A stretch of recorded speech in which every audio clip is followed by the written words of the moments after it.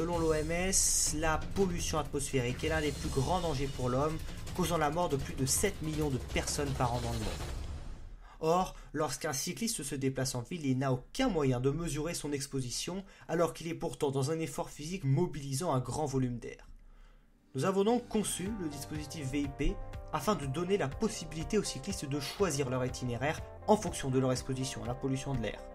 De plus, à l'aide d'un réseau de ces mêmes dispositifs, nous pouvons obtenir une cartographie de la pollution bien plus précise que celle obtenue avec des stations fixes. Afin de répondre à ce besoin, nous avons réalisé un cahier des charges en séparant notre projet en 6 fonctions et caractéristiques. Mesurer, géolocaliser, communiquer, informer, autonome et portatif. Ainsi, notre projet allie mécanique avec différents boîtiers, physique avec le capteur de pollution atmosphérique, électronique avec les différents composants et enfin informatique avec notamment la création d'un logiciel de visualisation des données. Nous nous sommes donc répartis ces différentes tâches en binôme en fonction des compétences de chacun. Afin de mesurer la pollution atmosphérique, nous avons utilisé un capteur mesurant le monoxyde de carbone et le dioxyde d'azote, deux polluants primaires. Nous avons réalisé une simulation de son comportement ainsi qu'une expérience visant à vérifier sa précision.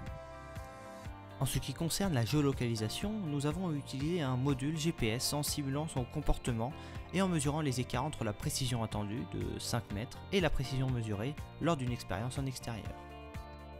Afin de communiquer nos mesures, nous avons utilisé une carte SD permettant l'enregistrement d'au moins 2 heures de données, cela dans le but de créer une base de données en accès libre. Nous avons mesuré l'écart entre les durées d'enregistrement attendues et effectives. De plus, nous avons créé un logiciel de visualisation de données sur l'ordinateur. Cependant, nous avons aussi entrepris d'informer les utilisateurs en temps réel à l'aide de plusieurs LED disposées sur notre boîtier. De plus, nous avons également conçu un dispositif se plaçant sur les roues du vélo afin d'informer visuellement les usagers de la voie publique à l'aide de LED multicolores. Afin de pouvoir embarquer ce dispositif sur un vélo, nous avons dû concevoir un boîtier portatif capable de s'adapter à différents types de guidons. De plus, afin de le rendre étanche, nous avons fait une étude de mécanique des fluides grâce au logiciel SolidWorks. Sans oublier le second boîtier installé sur la roue à propos duquel nous avons fait une étude des forces appliquées sur ce dernier.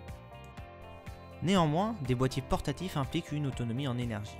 C'est pourquoi nous avons simulé la consommation de nos systèmes et avons mesuré les écarts entre l'autonomie de 2 heures attendue et la simulation.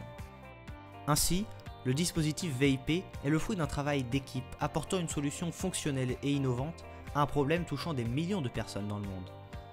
Avec ce projet, nous espérons rendre service aux cyclistes du monde entier en leur permettant de contrôler leur exposition à la pollution.